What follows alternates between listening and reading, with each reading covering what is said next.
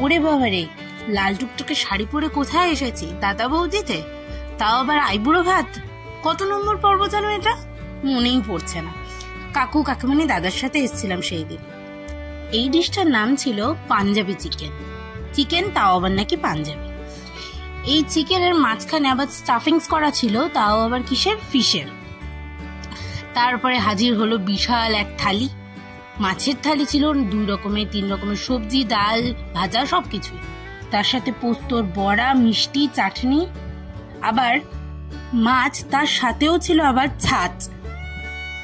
বিরিয়ানিও কিন্তু একেবারে বাদ যায়নি সেই দিন। গরম গরম মাটন বিরিয়ানিও সেদিন কিন্তু খেয়েছিলাম। আর বাদ বাকিটা না খেতে পেরে বাধ্য হয়ে বাড়িতে প্যাক করিয়ে এনেছিলাম, রাতে আবার সেটাকে খেয়েছিলাম।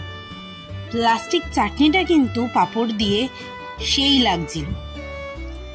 তারপরে দেখ, লাল শাড়িটা কিন্তু কাকুমণি আমাকে আইবুড়ো ভাতে দিয়েছিল। দাদা বৌদির অ্যাম্বিয়েন্স নিয়ে আমার তো আর নতুন করে কিচ্ছু বলার নেই। এটা একটা অন্যরকম আইবুড়ো ভাত ছিল আমার কাছে।